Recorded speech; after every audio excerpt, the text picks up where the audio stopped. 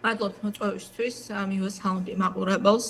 მე ვუსმინე დღეს სანქცირებული ბატონი დარახველიძის კომენტარს, რომელმაც მორიგჯერზე მოატყუა ხალხი, როდესაც ის ცდილობს თავი დაიძვრინოს ვითარებიდან იმის განცხადებით, რომ ევროკავშირის მიერ არავინ არ არის სანქცირებული დღეს და ევროკავშირმა ერთობლივად გადაწყვეტილება სანქცირებაზე ვერ მიიღო დღემდე ერთადერთი მიზეზით, რომ რუსეთის და ბიძინას მოკავშირე ხელისუფლება გულისხმობ ორბანის ადმინისტრაციას ბლოკავს ერთობლივ გადაწყვეტილებას, მაგრამ ევროკავშირის არაერთ წევრ სახელმწიფოს ყავს დასანქცირებული რიგი საქართველოს ხელისუფლების წარმომადგენლები. მაგრამ მაინც შეიძლებოდა თუ არა ფაქტობრივი სიზუსტე არის თუ არა მის ნათქვამშიც, რომ ევროკავშირს ასე არ ყავს დასანქცირებული არავინ. ხო, არა, ტყუილია მარტივი მიზეზით, იმიტომ რომ როდესაც სანქცირებული ხარ შენ ევროკავშირის წევრი ქვეყნების მიერ, ევროკავშირი ამას თვლის, ევროკომისია ყოველ შემთხვევაში თვლის, რომ შენ ხარ სანქცირებული და შესაბამისად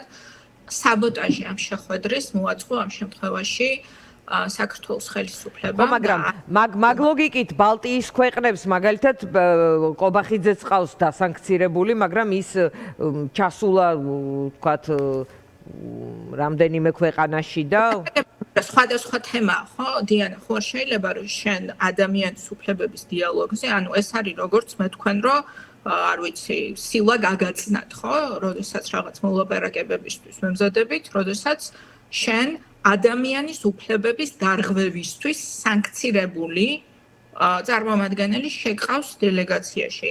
ადამიანის უფლებების თემაზე დიალოგის გამართვას, რომ ეს დიალოგი შეიქმნა წლების წინ, სხვა შეხვედრას მე ვიყავი ელჩი ევროკავშირში, ჩემი რეკომენდაცია იყო მათ შორის, რომ მსგავს დიალოგი შექმნილი იყო, იმიტომ რომ საქართველოსნაირ ქვეყანაში ყველა ხელისუფლების პირობებში იყო საჭირო ამ დიალოგის გამართვა და ამ დიალოგს მართავს ევროკავშირი იმ ქვეყნებთანაც, რომლებთანაც არ განიხილება, არ ვიცი, გაწევრიანების დღის წესრიგი, ხო? ამიტომ იყო, რომ ევროკავშირი მზად იყო, რომ ეს დიალოგი გამართულიყო, იმიტომ რომ საქართველოს ჩახსნილია დღეს ყველა გაწევრიანების ფორმატიდან, საქართველოს არც არავინ აღარ ახსენებს უკვე, აი გუშინ ვესწრებოდი მნიშვნელოვან განხილვას ევროპაში, სადაც გაფართოების თემა განიხილებოდა და საქართველოს საერთოდ აღარც ახსენებს არავინ.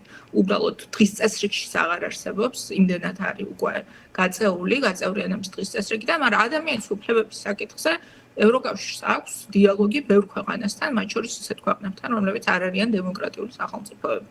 ამიტომ დათანხმდა ევროკავშირი ამ დიალოგის გამართვას და არანაირი მიზეზი, სისულელე უნდა იყოს საგარეო საქმეთა სამინისტრო საქართველოსი, რომელიც ნომინალურად არსებობს დღეს მხოლოდ და არანაირ ქვეყნის ინტერესებს აღარ ასე ვთქვათ, ემსახურება და ზოგადად რაღაცა ცირკის წარმოდგენების დადგმით არიან ელჩები დაკავებული, დისკვალიფიკაციას ყოველდღიურად განიცდის, იმიტომ რომ ის განცხადება, რომელიც მათ გაავრცელეს, ეს არის ბოდვა უბრალოდ, რომ ევროკავშირმა თურმე არ მოინდომა ამ ასე ვთქვათ, რაღაც პასუხების მოთხოვნა მოსმენა. შინაგან საქმეთა მინისტრის მოადგილე, თქვენ ახლა თქვით, რომ თქვენი ინიციატივით შეიქმნა ეს ფორმატი, ანუ ის რანგია, რომელიც ამ ტიპის დიალოგში, ანუ ასე იყო ხოლმე?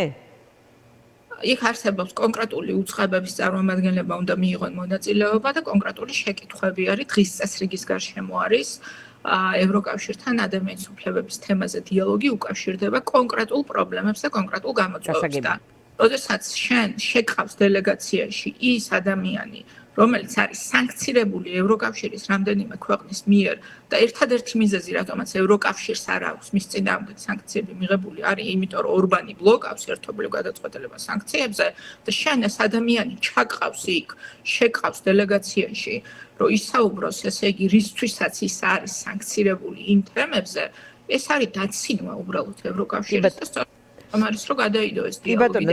სალომე, კიდევ ერთ თემაზე მინდოდა თქვენი კომენტარი მომესმინა, ეს არის ემიგრანტებისთვის ხმის უფლების შეზღუდვა, ანუ ჩამოდით საქართველოში და ეს საშუალება გაქვთ ხმის მიცემის 4 წელიწადში ერთხელ ეუბნება მათ ხელისუფლება და ეს ხომ არ აჩენს ეს ზოგადად საარჩევნო კოდექსზე მუშაობა, რომ სადღაც შეიძლება არჩევნებიც ახლოს იყოს.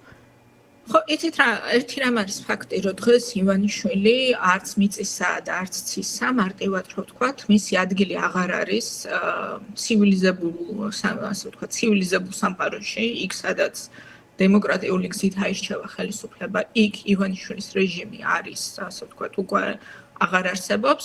ოღონდ ივანიშვილის რეჟიმი დღეს არც ავტოკრატიული სახელმწიფოების კლუბში არ არის, ასე ვთქვათ, ბოლომდე შესული, იმიტომ რომ სხვადასხვა მოლოდინია, ხო, სხვადასხვა ქვეყნებთან და მათ პოლიტიკურ სისტემასთან მიმართებაში და შესაბამისად განსაზღვრავს დასავლეთის საკუთარ დღის წესრიგს ამ ქვეყნებთან მიმართებაში.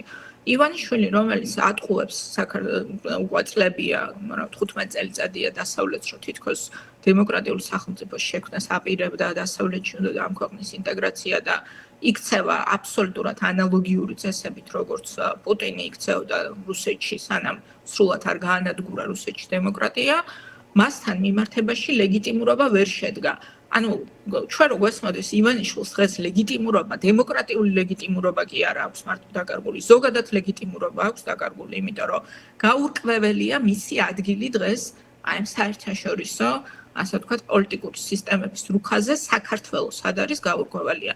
მე ვფიქრობ, რომ რუსეთს უნდა რომ ეს გაურკვევლობა რაც შეიძლება სწრაფად დასრულდეს, რომ აი ეს ანომალია, რომელიც დღეს საქართველოს რასაც წარმოადგენს დღევანდელი მოცემულობით, რო არის ქვეყანა, რომელსაც კონსტიტუციაში უწერია, რომ ევროკავშირში და ნატოში უნდა გაწევრიანდეს, ამ დროს ყავს ხელისუფლება, რომელიც ერთი ერთზე ასრულებს რუსეთის მითითებებს პოლიტიკური სისტემის დემოკრატიული დემონტაჟის, ასე ვთქვათ, მუხლის ამოღება არის ახლა დღის წესრიგი?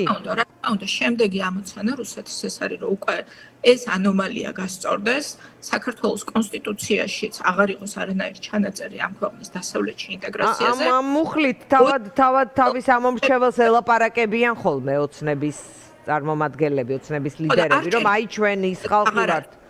აღარ აწყობს ესე, რუსეთს სჭირდება, რომ საქართველო ფორმალურად იყოს ჩახსნილი უკვე ყველა ევროპული და დასავლური დღის წესრიგიდან და დაიწყოს მუშაობა იმაზე, რომ გაწევრიანდეს რუსეთის მიერ დომინირებულ ეს ნიშნავს, რომ არჩევნებიც აწყობს ოღონდ საკონსტიტუციო უმრავლესობით. სჭირდება ბიძინა ივანიშვილი, რომელსაც ექნება საკონსტიტუციო უმრავლესობა, რომლითაც გაუქმებს უკვე ქვეყანაში ყველანაირ ფორმალურ საუბარსაც ევროკავშირში გაწევრიანებაზე. რაც სჭირდებოდა რუსეთს თავის დროზე იანუკოვიჩს რო თხოვდა, რომ უარი ეთქვა ევროკავშირთან ასოცირების ხელმოწერაზე, ხო, ეს ასოცირების ხელმოწერა არ იყო რეალურად არანაირი გაწევრიანების, ასე ვთქვათ, წინა ეტაპი, მაგრამ მოთხოვა მას, რომ ამაზე უარი ეთქვა. ეხლა რო ჩემი აზრით შემდეგი მოთხოვნა ივანიშვილთან ეს არის ერთი ოკუპირებული ტერიტორიების დამოუკიდებელი სტატუსის აღიარებისთვის ხელშეწყობა, რასაც აქტიურად აკეთებს უკვე ივანიშვილი, წულუკიანის კომისიაც მათ შორის ამისთვის შეიქმნა. მეორე ეს არის საკონსტიტუციო უმრავლესობის გაფორმება და კონსტიტუციიდან ჩანაწერის ამოღება დასავლეთში საქართველოს ინტეგრაციის შესახებ. მადლობა.